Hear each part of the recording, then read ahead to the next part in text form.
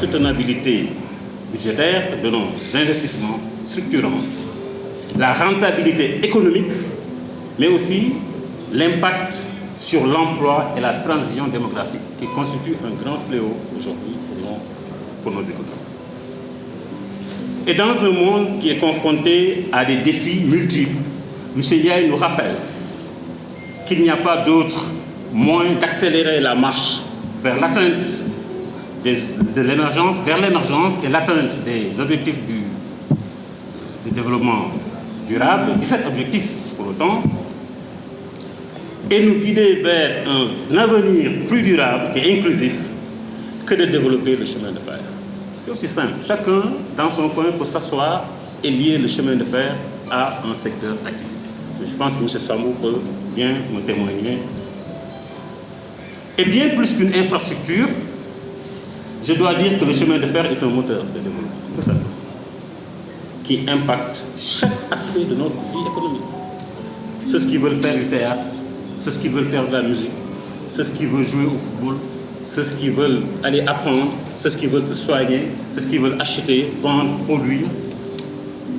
Tous les secteurs, dans leur diversité, peuvent être impactés par le chemin de fer. Donc pourquoi le négliger? D'ailleurs, comme le souligne brillamment M. Ndiaye, le développement du rail n'est plus simplement qu'une question d'ingénierie ou de logistique, mais un instrument de politique économique à part entière. Heureusement que le directeur général de la planification et des politiques économiques est là, qui est en charge de formuler et de reformuler la politique publique. Mais aujourd'hui, c'est le moment de lancer un grand message pour accorder une importance particulière à ce secteur, en ce moment où nous avons besoin d'aller de manière urgente vers l'émergence et l'atteinte des ODD d'ici à 2030. Et je voulais rappeler justement, négliger le chemin de fer, c'est compromettre notre avenir économique et social. Il l'a bien dit dans son livre. Les réponses aux défis macroéconomiques et à la soutenabilité de la dette trouvent leur ancrage dans la politique de développement du rail. Ça aussi, je prends en témoin les planificateurs. Quel que soit le montant que nous allons investir dans le chemin de fer, même si c'est la dette, même si c'est un endettement, le retour sur le PIB à court terme, à moyen terme, va baisser le taux d'endettement. Ça, il faut que nos autorités le comprennent une fois pour toutes.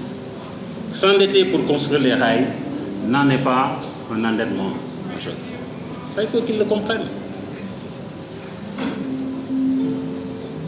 Un de mes mentors disait: le temps de l'économie n'est pas le temps du politique. Et comme aime le répéter souvent aussi ce mentor, le Sénégal a traversé une longue période durant laquelle les dirigeants, nos dirigeants, ont cherché, à raison ou à tort, on ne critique personne, mais nos dirigeants ont cherché à rester au pouvoir le plus longtemps possible. Et cela favorise le comportement politique de cela.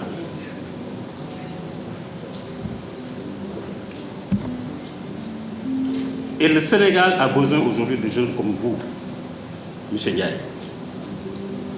J'ai la conviction qu'aucun pays dans ce monde ne s'est développé en mettant de côté les questions économiques. Or, vouloir se réélire coûte que coûte pousse les décideurs, nos décideurs politiques, au Sénégal comme en Afrique au sud du Sahara, à prendre des options qui ne sont pas forcément conformes aux fondamentaux du développement. Ça aussi, il faut qu'on se le dise. Depuis quand? Depuis 1960, on est dans ce créneau. On est dans ce créneau. Quelle que soit la beauté et l'utilité attendue d'une infrastructure, son efficacité, je dis bien, est altérée, est forcément altérée si l'ambition politique est mise en avant. Mais nous rentrons aussi. Si l'ambition politique est mise en avant. Président Boubacar, bienvenue. Nous sommes très heureux. Ainsi, l'action de l'État est devenue ces derniers temps, je dis bien est devenue ces derniers temps, très arbitraire et inefficace, créant des distorsions qui ont entraîné la cherté des prix, le chômage et le sous-emploi. Je ne critique pas, hein, je constate. Aujourd'hui, on est moins politique que... Bon, c'est dommage que...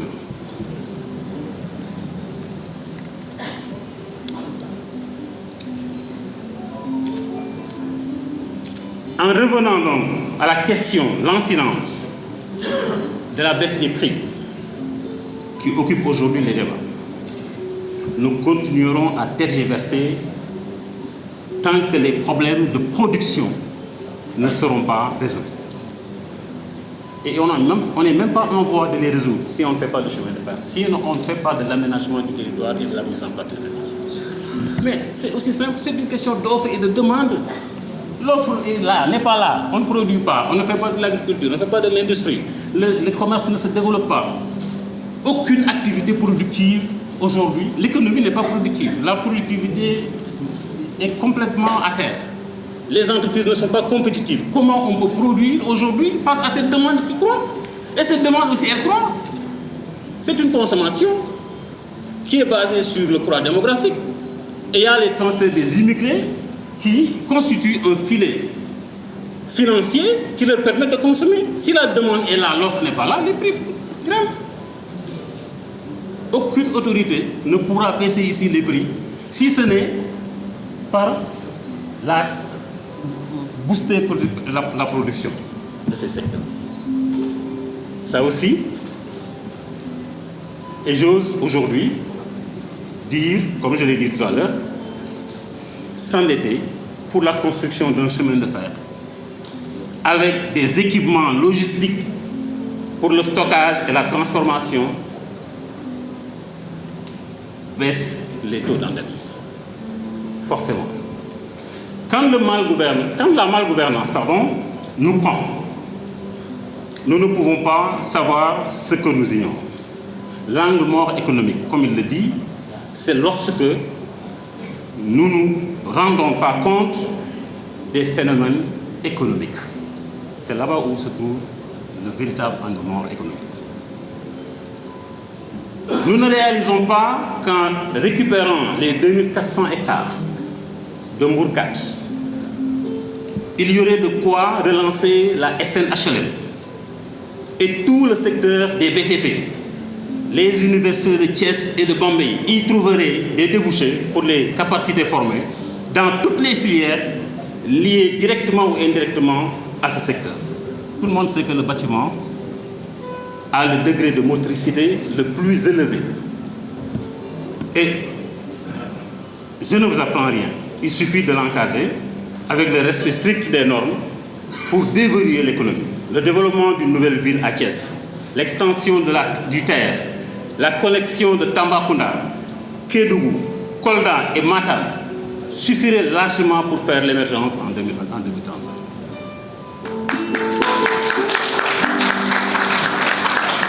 Et si nous ne faisons pas cela, tout de suite et maintenant, les générations futures paieront extrêmement cher pour le faire. Comme ce fut le cas de l'autoroute Thiès-Saint-Louis. En 1975, le Parti socialiste avait déjà pris l'engagement de construire l'autoroute Thiès-Dakar-Saint-Louis. Ça a coûté 10 milliards en 1975. On ne l'a pas fait. Ça a coûté 10 milliards. 10 milliards, c'est le budget de la DGPPE aujourd'hui.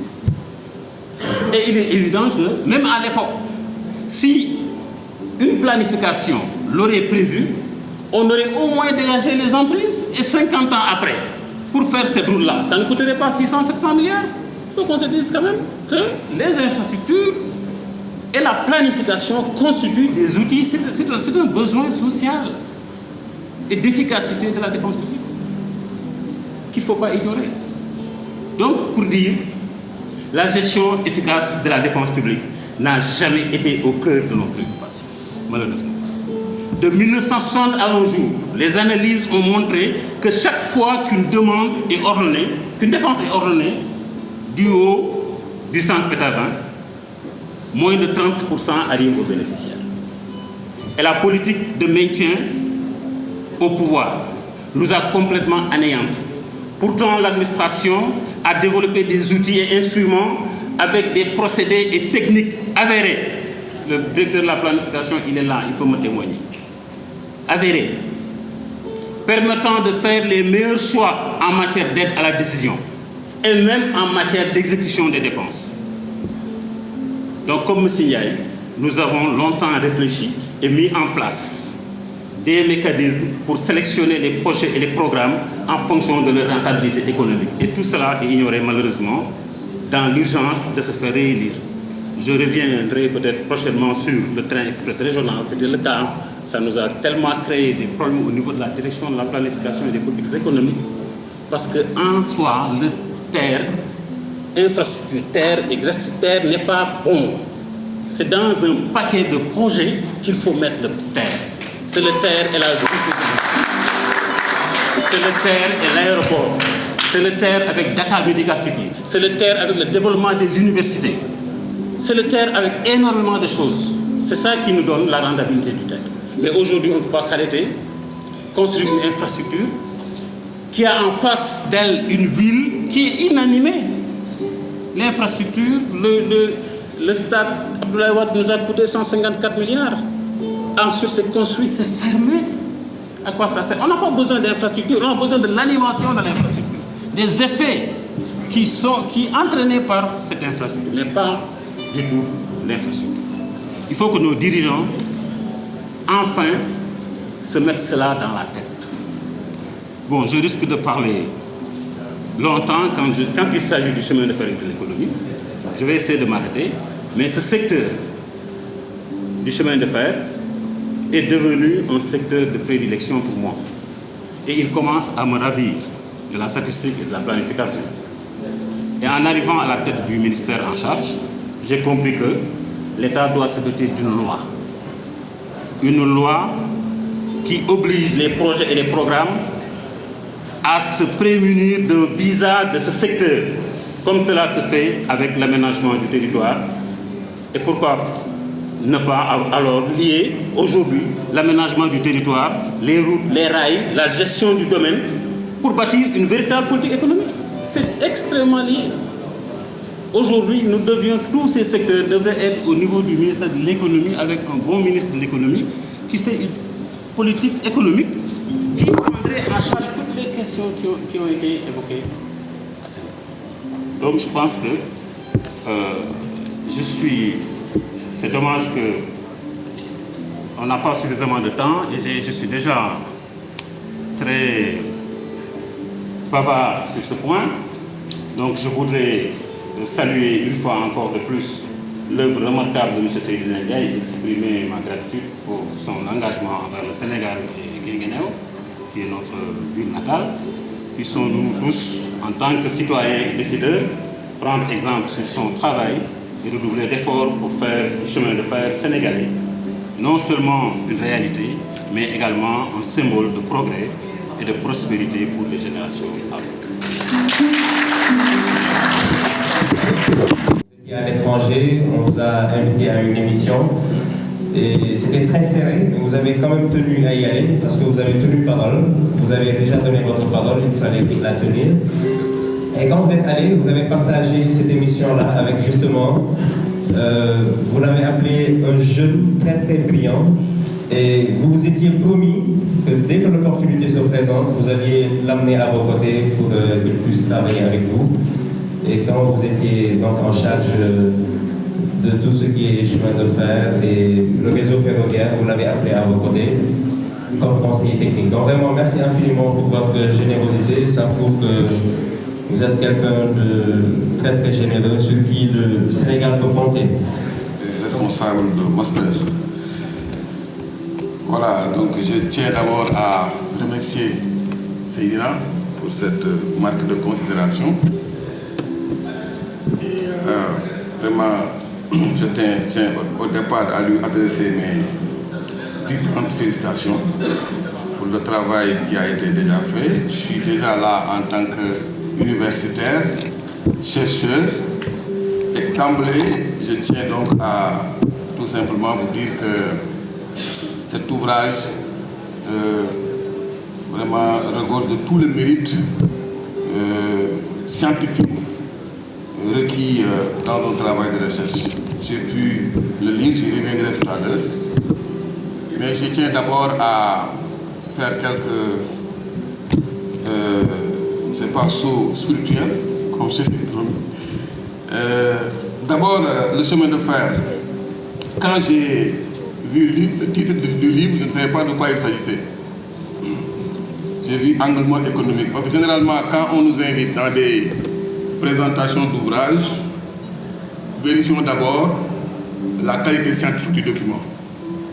Parce qu'après, c'est toute une histoire de caution, caméra scientifique, laboratoire qui vient. Et dès que j'ai vu le titre et que j'ai lu le contenu, j'ai tout de suite donné ma caution scientifique à l'ouvrage.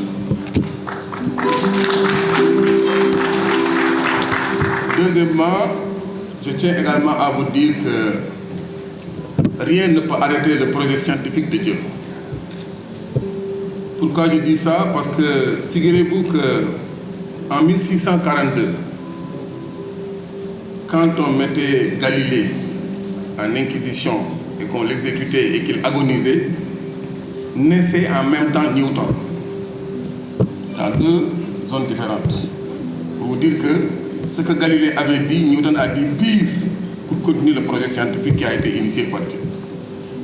Et figurez-vous que dans les années 80, quand dans l'ajustement structurel, dans le cadre de l'ajustement structurel, on mettait à mort, on programmait la mort du chemin de fer, naissait en même temps Seydina Ali, qui est venu continuer le travail, reprendre vraiment la réflexion.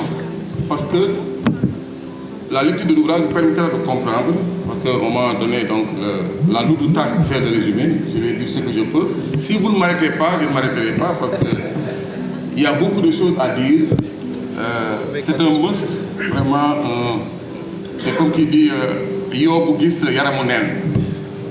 Donc le livre aborde beaucoup de choses. Il y a de la philosophie, il y a de la poésie dans le livre, et surtout, il y a cet aspect scientifique qui a été vraiment exposé de très belle manière.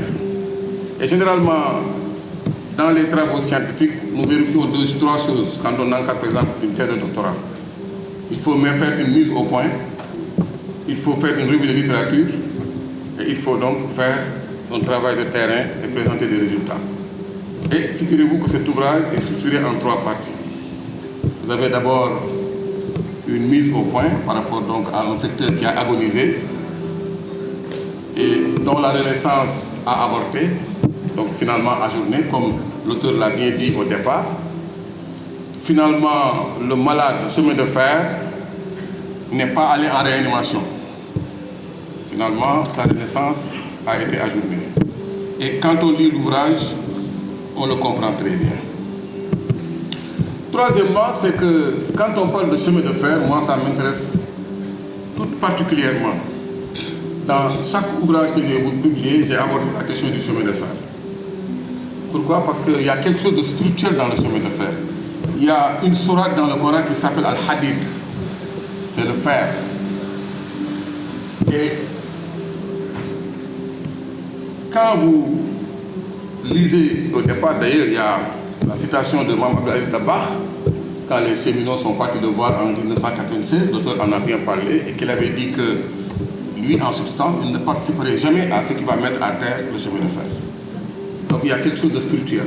Et si vous voulez vérifier ça, regardez tous les pays africains qui sont en retard. C'est des pays sans chemin de fer.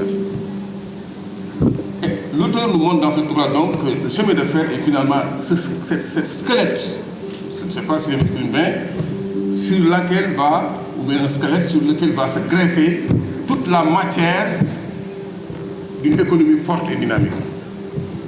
Donc l'absence donc de cette ossature dans une économie quand même a été très pénalisante pour l'économie sénégalaise.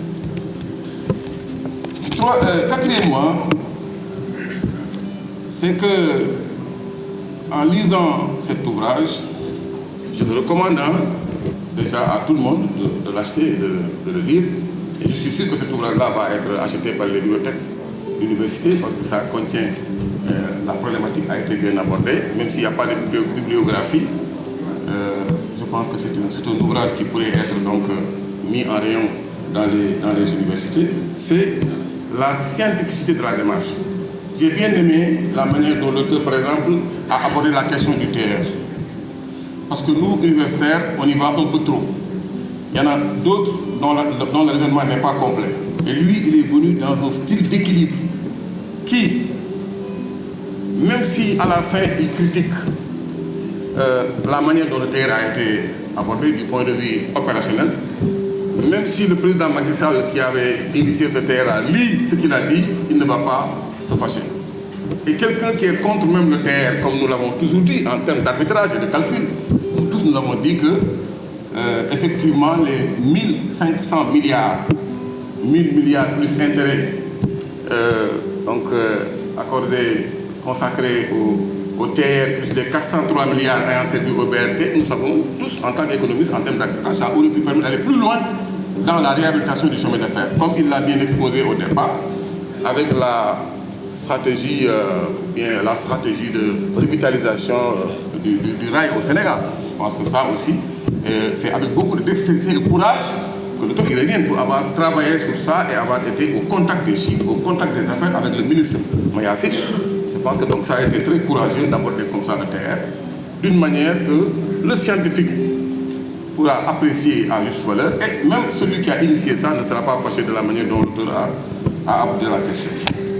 Donc voilà un ouvrage donc, qui, sur le plan scientifique, je ne dis pas que ce sera le seul ouvrage de référence, mais sera au moins un des 3 ou bien 2 ouvrages, ou bien s'il y a un seul ouvrage de référence sur le plan du chemin de fer au Sénégal dans les prochaines années, je pense que ce sera cet ouvrage.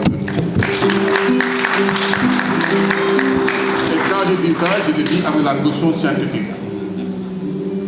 Pourquoi? Parce que toutes les problématiques, parce que même moi, j'ai eu à apprendre. Je l'ai dit tout à l'heure qu'en lisant cet ouvrage, j'ai appris beaucoup de choses. Et j'ai mis même un contenu beaucoup plus achevé à beaucoup de concepts. Par exemple, quand il a abordé la question des externalités liées au chemin de fer. Vous savez que rien ne peut justifier l'échec d'une entreprise de chemin de fer. Pourquoi? Parce que c'est un monopole naturel. C'est un réseau qui, dès qu'en termes de fréquentation, il atteint sa masse critique, doit générer des économies d'échelle parce que le coût marginal est nul. Ça ne coûte rien à un train de contenir un client de plus. C'est un coût marginal nul. Donc en valorisant cette masse d'économies d'échelle, rien ne peut justifier la faillite d'une entreprise ferroviaire. C'est un monopole naturel d'une industrie de réseau qui est régie, comme il l'a très bien démontré, par ce qu'on appelle en économie la sous-additivité des coûts. C'est-à-dire qu'il devient plus efficace que ce soit un monopole, qu'il y ait plusieurs entreprises. Pourquoi? Parce que la duplication du réseau n'est pas envisageable. Et j'ai aimé particulièrement la proposition qu'il a faite. Parce que nous, quand on fait des propositions, on dit que pour la déintégration du chemin de fer, comme il l'a proposé dans le 3e chapitre où il parle des solutions ferroviaires, parce que lui, il parle d'abord du réseau ferré. Ensuite, il a parlé d'un système de contrôle et de régulation. Ça, ce n'était pas prévu par les théoriciens économiques. Et lui, il l'intègre dans son analyse. Et également, il y a maintenant, enfin, les entreprises qui vont utiliser ce réseau-là comme support, moyennant un système de péage pour offrir des services de transport comme cela se passe en Europe. Je pense que cette proposition-là doit être donc bien entendue par l'autorité publique. Autre élément, c'est la manière dont il amène d'abord son sujet en termes macroéconomiques, l'inflation, le PIB, l'approche par le budget de l'État, comment il montre effectivement qu'il y a possibilité, c'est indispensable que l'État soit pionnier dans tout ce qui va constituer demain la réhabilitation du chemin de fer. Je pense que donc, personnellement, pour ne pas prétendre pouvoir résumer cet ouvrage, je dis simplement que chacun d'entre nous, tous les Sénégalais qui veulent connaître l'histoire du chemin de fer, parce que j'ai particulièrement aimé l'approche par Guinguinéo, l'accident de notre cher père, et la rencontre avec M. le ministre, qui a abouti donc à une collaboration pour qu'un mathématicien puisse venir par la suite développer des talents d'économiste, comme on peut le constater dans cet ouvrage. Je pense que même, je viens de comprendre pourquoi les plus grands économistes sont des mathématiciens. Figurez-vous que tous les prix Nobel d'économie sont à la base des mathématiciens. Ils ont fait maths sup et ils ont fait une thèse en économie. Jean Tirole, qui a été prix Nobel en France en 2014, est un mathématicien à la base. Malinvo, tous ces gens-là sont des mathématiciens. Donc, j'ai pu comprendre, en lisant son ouvrage, je suis conforté, parce que moi j'ai fait économie première année jusqu'en doctorat, mais j'ai vu quand même la touche d'un économiste avéré dans l'écriture de cet ouvrage. Donc, pour vous dire simplement que j'ai eu beaucoup de plaisir. Maintenant, je vais un peu creuser dans l'ouvrage pour vous montrer un certain nombre d'évidences démontrées qui prouvent l'indispensabilité, si je peux m'exprimer ainsi, du chemin de fer pour développer l'économie sénégalaise. D'abord, il y a une conséquence qui a été très dommageable, que l'auteur a bien explicité dans la deuxième partie, en parlant des enjeux socio-économiques. C'est comment la disparition du chemin de fer a accéléré la macrocéphalie de Dakar. Et cette macrocéphale de Dakar a été la cause. Vous voyez que c'est un engrenage, un cercle vicieux. On a cassé le chemin de fer, on n'a pas réhabilité. Et on a été obligé, parce qu'il n'y a pas de chemin de fer et qu'il y a des congestions à Dakar, de consacrer plus de 5 000 milliards de francs CFA depuis l'annonce CI à Dakar, l'équivalent de toute la croissance économique engrangée. L'auteur le démontre en ne le disant pas. C'est-à-dire que la disparition du chemin de fer, parce que quand il aborde la question de la subvention, je suis tout à fait d'accord avec lui. Pourquoi? Parce que il montre que quand le FMI et la Banque mondiale sont venus donner leur posologie, ou bien leur recommandation qui a mené à la disparition du chemin de fer, ils ont remis en cause la capacité de l'État de subventionner. Mais depuis plusieurs années, en tant qu'économiste, j'ai toujours demandé au gouvernement sénégalais de faire comme les Coréens à propos du FMI et de la Banque mondiale, de ne pas prendre de recommandations pour des fatwas dans le domaine économique. Pourquoi? Parce que la subvention n'est pas fondamentalement mauvaise. Quand vous prenez 36 milliards pour subventionner annuellement un secteur déficitaire comme le chemin de fer, il ne faut pas regarder seulement les effets directs de cette subvention sur le budget de l'État. Il faut regarder toutes les externalités d'offres liées à l'existence du chemin de fer. C'est-à-dire que ce n'est pas seulement parce que l'État n'encaisse pas d'argent et qu'il subventionne, mais ça c'est parce que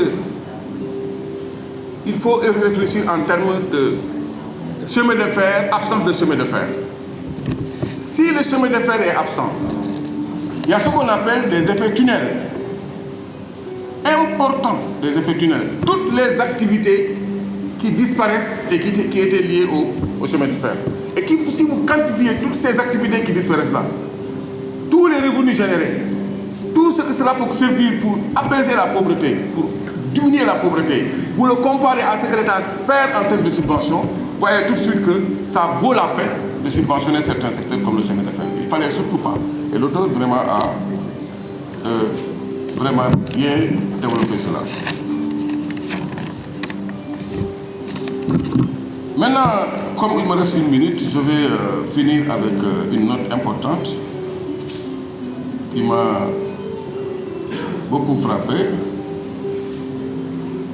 C'est-à-dire qu'il y a une proposition qui me semble assez pertinente et que j'ai bien adoptée. Si Seydina me donne la permission, je vais pouvoir développer ça avec lui. C'est qu'aujourd'hui, il nous faudrait faire des investigations pour vérifier que le patrimoine, parce qu'effectivement, la création d'un fonds de financement financement ferroviaire, c'est vraiment une très bonne proposition si effectivement il y a un patrimoine qui peut être nanti. Je pense que ça, c'est une piste assez importante qui a été développée par l'auteur et que les nouvelles autorités doivent surveiller et essayer d'adopter pour pouvoir tout simplement apporter la solution donc, au problème du secteur. Maintenant, je vais finir juste par ça. C'est-à-dire que moi, ce qui me fait mal, l'auteur revient également quand il proposait les solutions ferroviaires dans la dernière partie. Il a posé la problématique de l'intervention de l'État.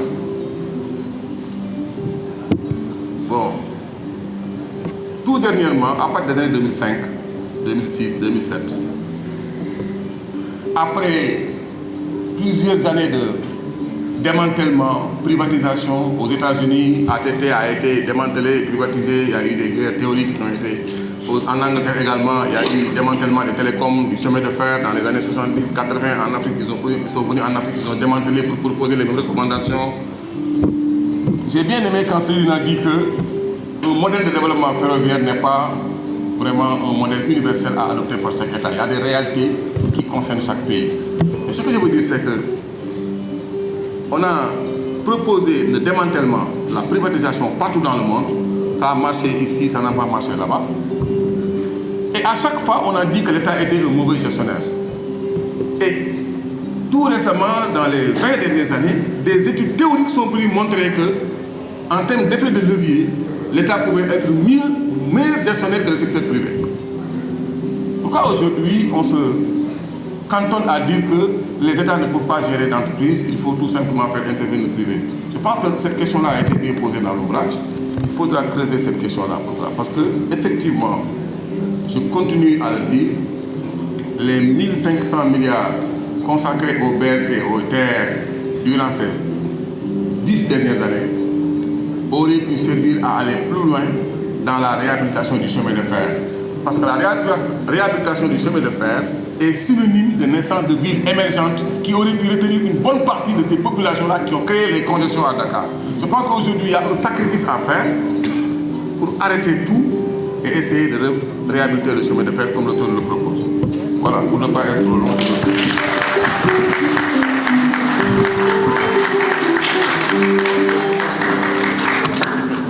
Merci infiniment, Monsieur Mounirou Ndiaye, pour ce très brillant résumé. Les grands esprits se rencontrent et franchement, nous avons été très séduits par la précision.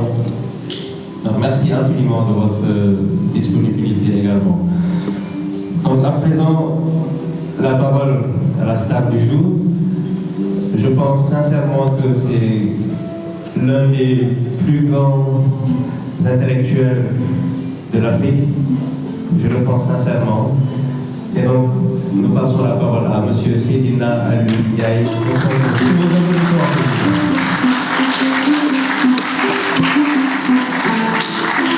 Merci beaucoup, Soxna Arouna. Assalamu alaikum.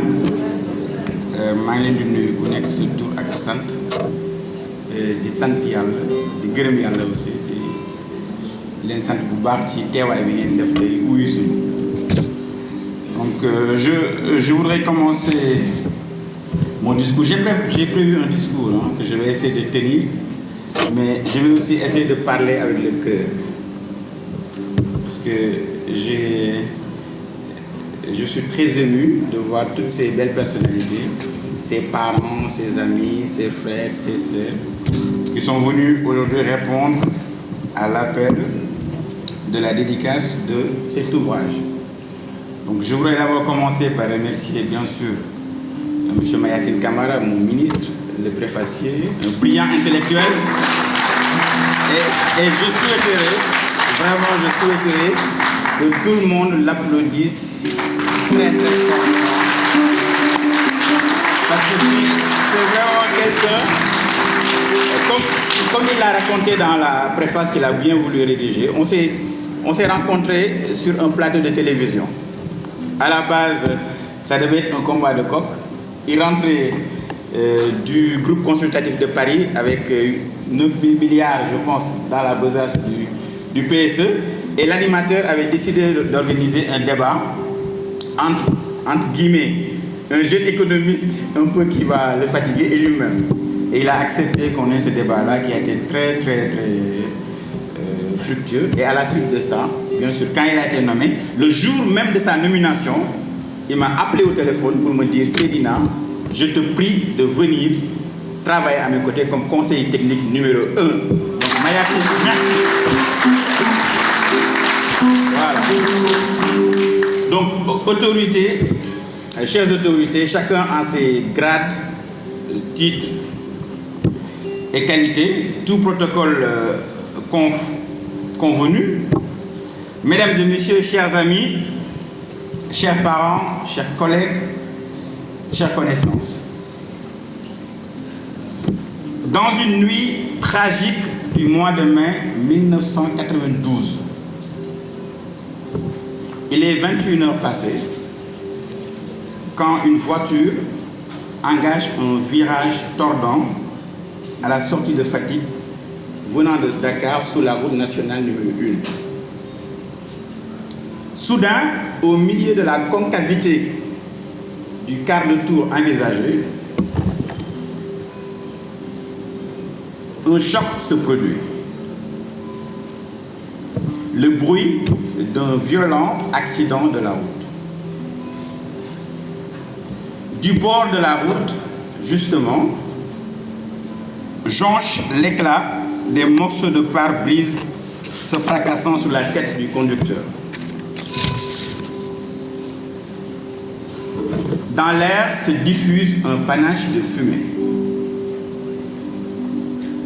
Sur la vitre avant de la voiture, perlera une giclée de sang au petit matin.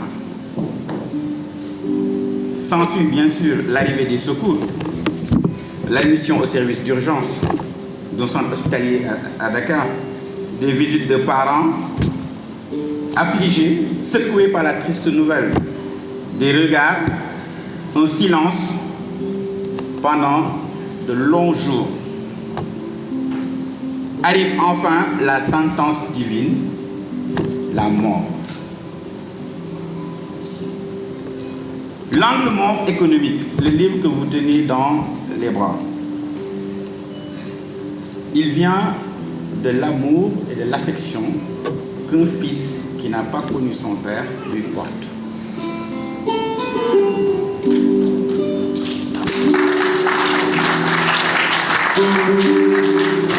Ce livre, il raconte une histoire. En dehors du caractère scientifique, économiste, etc., c'est l'histoire d'un fils pour son père. C'est une catharsis, disent les psychologues. C'est une libération affective, le témoignage d'un amour pour un père qu'on n'a pas connu décédé, mais dont les témoignages nous disent sa dignité, son humanisme, son sens familial, et bref, le plus bel héritage qu'il ait laissé à sa famille, une bonne éducation. Et je remercie tous mes frères et sœurs, en commençant bien sûr par le Premier ministre Souleymane Ndéné Ndiaye, mon père de substitution, jusqu'au dernier né, mon jeune frère, non moins ami, Abdul Aziz Ndiaye. Monsieur le Premier ministre Souleymane Ndéné Ndiaye, père de substitution, qui aime bien m'appeler ex-mathématicien et non ancien mathématicien. Parce qu'il est un peu frustré que je n'eusse pas poursuivi une carrière de mathématicien. Donc, Souleymane Ndéné Ndiaye nous a biberonné nos frères et sœurs, mes frères et sœurs, dans un certain socle de valeurs qui m'ont très tôt initié à la terre et aux morts. Comme disait Maurice Barrès. Je pense que dans son témoignage, il a une anecdote très drôle qu'il raconte souvent à satiété. Un jour, quand on s'est rendu à un cimetière pour rendre visite à mon papa qui est justement enterré à Guinguinéo, et il a une anecdote peut-être qu'il va raconter après. Il la raconte avec beaucoup plus de talent que moi, donc je le lui laisse. Alors, donc, mon papa est décédé de cet accident de la route et il est enterré à Guinguinéo. Et bien sûr, avec le socle de valeurs qu'on a reçu, et avec l'attachement à la terre et aux morts, qui font le ciment même de la civilisation, pour ne pas aller très loin, et ne pas paraître pédant aussi. Donc lors de ces visites, j'ai été frappé à chaque fois que je vais à Guinguinéo, souvent avec mon ami Alpha-Si, que je salue ici, par une image, une impression de vie socio-économique balafrée, ralentie, suspendue, un sentiment de vacuité sidérale de Guinguinéo. Malgré le dynamisme d'une petite bourgade située à la lisière des anciens royaumes du Saloum et du Sine, mon œil attentif d'expert ferroviaire m'a permis de sentir quelque chose qui manquait. Et bien sûr, j'ai interrogé des gens, des connaissances, des amis pour comprendre. Et la réponse a été unanime. Le plongeon de la belle ville de Guinguinéo a été consécutif à l'arrêt du chemin de fer.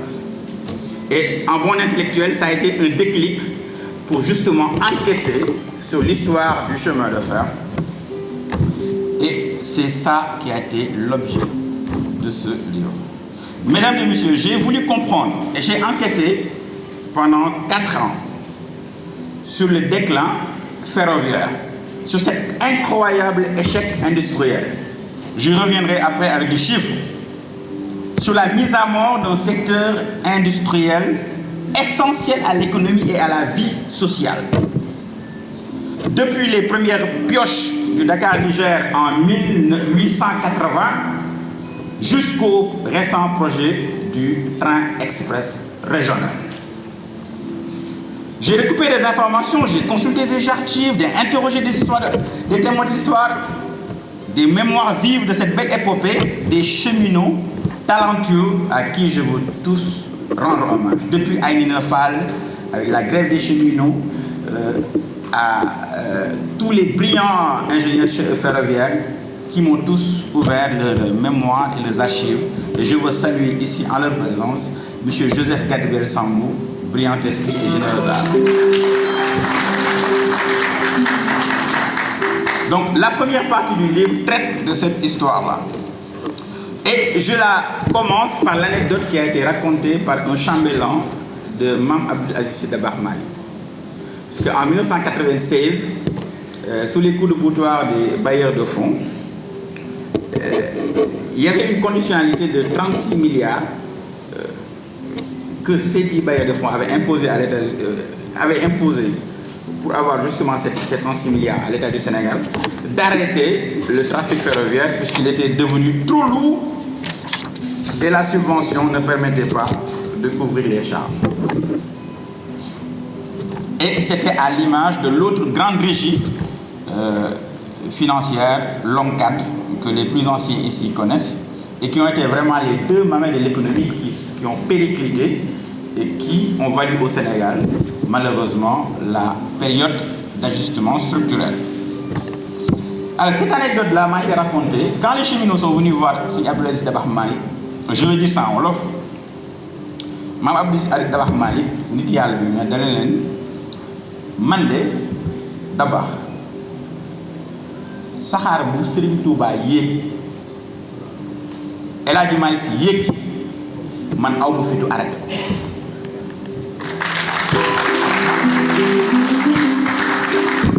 te it képp ku arrêté saxaar si di nga dugal Sénégal ci guute goo xam ne doo ko ci génneeti bu mukk. Et malheureusement, cette anecdote a été d'une grande force prémonitoire. Mesdames et messieurs, cécité intellectuelle, désinvestissement, gabegie, incompétence, erreur managériale, voici les quintettes qui a planté les clous sur le cercueil du rail public sénégalais, le plongeant ainsi dans une grave léthargie dont il est très difficile de le sortir. Figurez-vous, en 1960, on avait 936 km de réseau ferré. 936 km. 25 gares et haltes. 15 locomotives et 150 wagons. Un patrimoine foncier étalé partout au Sénégal. On en a parlé tout à l'heure. Des services annexes, comme la Poste. La Poste que vous voyez actuellement, la Poste était un service annexe des chemins de fer.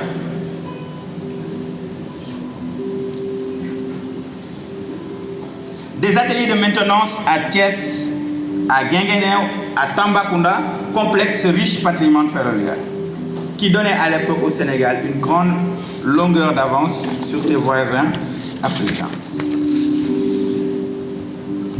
Il y a lieu aussi de souligner la grande aventure de la construction de la ligne des chemins de fer Diourbel-Touba, où on a vu, peut-être pour la première fois au monde, une communauté à laquelle j'appartiens, qui a construit un chemin de fer pour un édifice religieux. Donc, et ça, c'est marqué d'une pierre blanche dans l'histoire du mouridisme, au panthéon du sacrifice sacerdotal de cette doctrine mouride. Et avec tout ça, malheureusement, on a tout raté et c'est parti de là à zéro. Maintenant, l'espoir est permis. Avec justement le vent de changement qui est en train de souffler au Sénégal.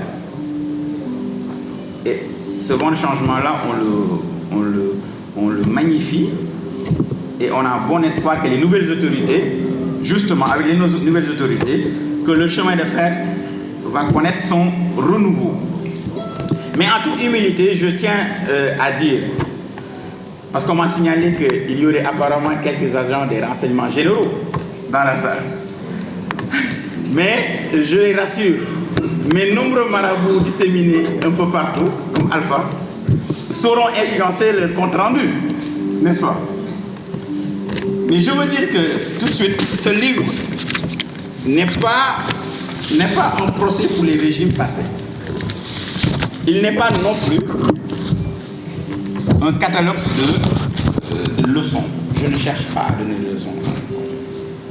On décrit une situation, on fait des propositions et puis on avance en tant qu'intellectuel.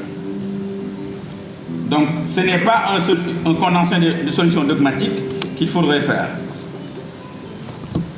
Dans la deuxième partie du livre, j'ai essayé d'être un peu, monsieur le professeur Mounirou, un petit économiste devant votre grandeur. Sur les enjeux économiques du rail, nous avons essayé un peu de questionner le sens même du chemin de fer dans la vie socio-économique du Sénégal. Pourquoi on a besoin de trains? En quoi l'encéphalogramme actuel des dynamiques et des tendances socio-économiques de fond, l'économie sénégalaise, fait-il que cet encéphalogramme, que le besoin de chemin de fer est un besoin qui est prégnant? D'abord, je me suis attaqué au mal à sa racine, le besoin logistique. Parce qu'on sait qu'au Sénégal, quand vous étalez la carte du Sénégal, les zones de production sont différentes des zones de consommation. Et je me suis attaqué surtout au secteur primaire en prenant l'exemple du paysan sénégalais, du prototype du paysan sénégalais en me basant sur des statistiques officielles. Et je démontre dans le livre la faible productivité du secteur agricole, qui pourtant est un pilier essentiel de la souveraineté agricole et d'une économie endogène. Et j'y dissèque clairement l'arbitrage qui est fait par le paysan. Parce que quand on est dans un secteur qui n'est pas productif, après 3 mois, ce n'est pas productif, moi, en tant que homo economicus, je fais un arbitrage. Je préfère prendre ma charrette à Diagane Barka, venir à Dakar, faire des allers-retours avec du sable et avec un entrepreneur qui est dans le BTP. C'est beaucoup plus rentable. Donc c'est cet arbitrage-là d'homo economicus du paysan sénégalais basé sur la macrocéphalie de Dakar. Tout cet exode rural, cet habitat spontané, les inondations. D'ailleurs, on est en train d'en parler actuellement avec les nouvelles autorités. Et à travers ce diagnostic-là, j'y dissèque ce que j'appelle le piège structurel de l'économie sénégalaise. Le piège structurel de l'économie sénégalaise. Symbolisé d'une part par la faible productivité du secteur primaire, pourtant gros gisement d'emploi. La plupart des Sénégalais sont dans le secteur primaire qui est faiblement productif, mais quand même ils travaillent là-bas. D'autre part, vous avez la faible compétitivité du secteur secondaire, qui est encore toujours en amorce, embryonnaire au demeurant, avec un tissu industriel qui est incapable de structurer des chaînes de valeur. Et par conséquent, qui est très faiblement, qui permet une faible pourvoyeuse d'emploi. Et tout ceci dans un Sénégal où 3 quarts des Sénégalais ont moins de 35 ans. Le fameux Barça et Barça, cette détresse sociale de la jeunesse, dont peut-être je ne suis plus ici comme maintenant j'ai dépassé les 35 ans. Donc tout ça, c'est tout l'enjeu du dividende démographique. Et c'est une des notions essentielles que je développe dans la deuxième partie, qui revient surtout sur la commoditisation primaire de l'économie sénégalaise. On exporte des matières premières et on importe des biens et services de consommation. Je parle aussi dans cette deuxième partie de la croissance sans développement. De la croissance sans développement. Parce qu'une croissance essentiellement tirée par des services qui sont faiblement exportables est une croissance sans développement. C'est comme quand vous prenez un vélo de salle de sport, vous pédalez énormément, vous suivez certes, mais vous ne bougez pas. Et malheureusement, l'Afrique est dans un piège d'une croissance sans développement. Parce que c'est une croissance qui est essentiellement tirée par les infrastructures sur fond de financement étrangers liés, et ça ne profite pas à la population.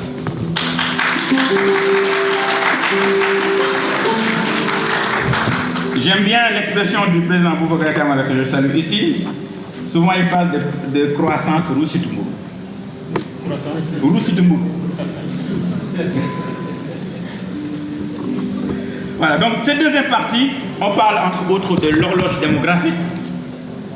Parce que vous savez qu'au Sénégal, dans 2 ans, il y aura 20 millions de Sénégalais. En 2035, mon cher Lansana Gagny Sakho, vous en parliez récemment, on sera 26 millions. Dans 10 ans. C'est un vrai sujet, un vrai enjeu économique. Je parle aussi de l'urbanisation galopante, avec 60% des Sénégalais qui résident ou résideront en ville dans les 10 prochaines années. L'habitat spontané, les phénomènes climatiques, la contre-gentrification périurbaine et même urbaine. La contre-gentrification périurbaine et urbaine. Le fait que l'espace périurbain et même urbain sont en train de s'appauvrir énormément. Et c'est des phénomènes, c'est des conséquences économiques qu'on est en train de constater. Et c'était l'âme de fond. J'ai préféré dans cette seconde partie de faire un peu une plongée, de ne pas être en surface, mais d'aller en profondeur pour disséquer les vrais maux de l'économie sénégalaise. Et enfin, je démontre aussi la martingale. C'est un terme mathématicien, hein, monsieur le Premier ministre. La martingale du chemin de fer en Afrique et en Afrique de l'Ouest, surtout dans le cadre de l'initiative sur la zone de libre-échange à l'échelle continentale, la ZLECAf. Donc cette deuxième partie concentre un peu la quintessence de la vision économique sur les vrais enjeux du rail, sa valeur, son utilité marginale. Monsieur le professeur Mounirou et sur ses facteurs d'entraînement et ses externalités positives. Je vous épargne les chiffres. De toute façon, après, il y aura un échange, on pourra entrer dans le vif du sujet. Mesdames et messieurs, dans la dernière partie du livre, au-delà du diagnostic, j'ai voulu esquisser un certain nombre de solutions. Parce que, comme le dit Philippe Nérico, je n'aime pas trop les citations. Hein. Souvent, on s'attartine un discours quand on n'a pas grand-chose à dire. Et il y a un grand humoriste que j'aime beaucoup, Coluche, qui disait que la culture, c'est comme la confiture. Moins on en a, plus on l'étale. Philippe Nérico disait la critique est aisée, mais l'art est difficile.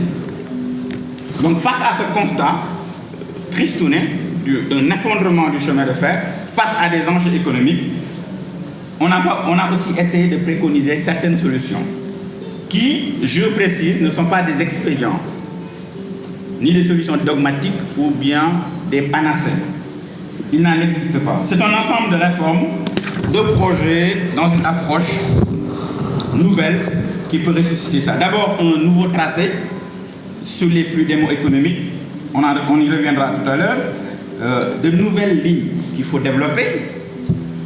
Ensuite, un pilotage institutionnel remodelé dans un aggiornement organique avec la séparation de la gestion de l'infrastructure, de l'exploitation et de la régulation et surveillance. Le DG Samandia ici présent pourra confirmer ce pilotage institutionnel-là. Et tout ceci pour arriver à un respect des directives de l'UEMOA et des best pratiques de l'Union internationale de chemin de fer.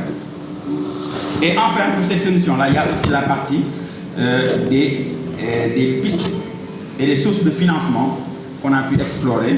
Et le professeur Mounirou Ndiaye en parle. Justement, pour la stratégie de revitalisation du rail au Sénégal, sur laquelle on a travaillé, c'est une politique nouvelle qui a été vraiment impulsée sous le leadership éclairé de M. le ministre Mayacine Camara et de Mme Khady Ndaw Diagne, qui était mon ancienne directrice de cabinet. Et ainsi, si on suit les solutions qu'on a déclinées, on peut renouveler 2000 km de rails, d'ouvrages d'art, d'infrastructures, de bâtiments, de gares et de voyages, à travers 7 grandes lignes, portées par 14 projets, où seront desservis 75% de la population sénégalaise. Ceci va créer 180 000 emplois directs durant la phase des travaux, et ça crée une formation brute en capital de plus de 200 milliards. Donc le chemin de fer est rentable et c'est extrêmement important pour le Sénégal.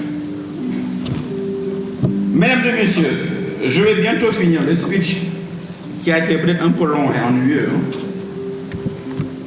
Au cours de cette rédaction, je voudrais témoigner que j'ai, au contact des cheminots, vécu dans ma chair les sanglots longs des violons de l'automne qui blessent les cœurs des cheminots d'une langueur monotone faite de salaires sans travail dans une profonde léthargie. Ce livre, au-delà de l'histoire, au-delà de l'économie, au-delà de tout, raconte surtout, et je voudrais surtout que tout le monde retienne ça, tout à l'heure le professeur l'a dit, le corps du Sénégal avec une colonne vertébrale. Je ne l'ai pas développé, c'est l'axe TG2-KT. C'était la colonne vertébrale du Sénégal. C'est Thiès, Gossas, Guinguinéo, Kaffrine, Koungheul, Tamba. Et avec l'arrêt du chemin de fer, on a brisé la colonne vertébrale du Sénégal. Et depuis lors, macrocéphalie de Dakar, pauvreté, croissance en développement, habitat spontané et toutes les conséquences, on les connaît tous. Je ne saurais terminer mon allocution sans remercier, bien sûr, la formidable équipe qui m'a accompagné pour réussir cette belle cérémonie. Je veux nommer Madame Yaté Diouf Ndaw, ma sœur, ici présente. Mon frère, mon ami, mon condisciple Ibrahim Samb. Monsieur Ababakar Sek et ses ravissantes hôtesses. Elhadj Kamara pour le protocole. Mon assistante personnelle et ma nièce, Madame Traoré, animateur Fédio. Mon ami, mon frère, Tamsir Ndiaye, ici présent, artisan, infatigable de la réussite de cet événement. Madame Pendedian, ma conseillère, brillante politiste de Sciences Po. Bref, tout le monde, je remercie vraiment tout le monde pour la réussite de cet événement. Maintenant, Jean-Paul Lourd, oui, bien sûr, Jean-Paul Lourd est brillant. C'est une très très belle voix. Je remercie tout le monde du fond du cœur. Maintenant, alors, la dernière personne que je voudrais remercier sincèrement, et j'aimerais que tout le monde lui fasse après une standing ovation, c'est mon incroyable et tendre et ravissante épouse, Koumba Sarr.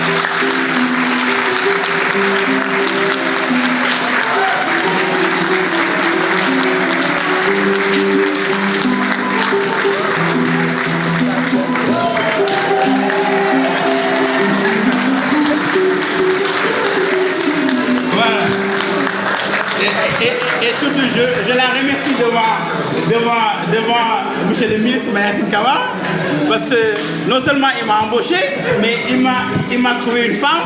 Hein? Ensuite, il m'a même baptisé mon fils, il a donné son nom. Donc vraiment, moi, je ne peux plus rien. Donc merci à tous. Je suis très content. Merci beaucoup. Merci. Mais aussi de toutes les villes qui étaient traversées par le rail. Guinguinéo était une ville de 15 000 habitants à peu près, dont la moitié de la population tirait ses ressources du train. Il y avait ce que je peux appeler une économie du train ou une économie du rail. Moi, je connaissais le tracé de Dakar à Kidira, je connaissais toutes les gares. Dakar, Colobane, Anne, Thiaroye, Rufisque, etc. jusqu'à Kidira. Et je sais comment ces villes-là étaient grouillantes et bruyantes chaque fois que le train arrivait. Je donne l'exemple de Guinguinéo, le soir, nous n'avions pas un autre point de rencontre que la gare. Que tu fus médecin, avocat, étudiant, élève ou chômeur, à 21h, tous les soirs, nous nous retrouvions à la gare. Et c'était l'effervescence. Il suffit maintenant de retourner dans la même gare.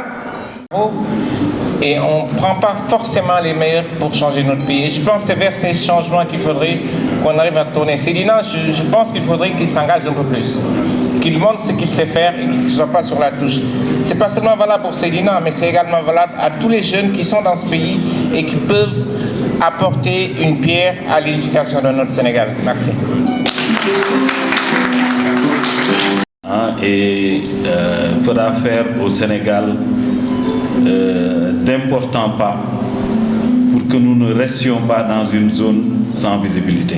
Merci. Scientifique professeur ñu ngi lay nuyu bu baax loolu boko amé déjà c'est un point man liiraguma livre dinaa ko lire yow xam nga sama point de vue ci question yi parce que yàgg nañ ci waxtaan léegi nag fii mu toll nuy Sénégal dafa toll ci jamono joo xam ne mënatuñu nangu ku jaar rek yàq dem waaw xam nga erreur yi ñuy def ba casser chemin de fer ak ni ñu ko casser Michel mi témoin la ci parce que liggéey nañ Malick Niang liggéey nañ ci parce que j'étais au ministère des infrastructures décision yi ñu jël proposition yi pression yi banque mondiale li bailleurs de fonds yi def ba nit ñi nangu ko ba def lii ñu def ba mu jur lii mu jur léegi loolu dafa am responsabilité ci sunu homme d'État yi est-ce que léegi dañu mën a nangu rek képp ku diriger rek yàq dem dara du la ci fekk il faut mu am benn mécanisme d'évaluation ci préjudice yi nga xam ne ñi am caution publique ñu élire leen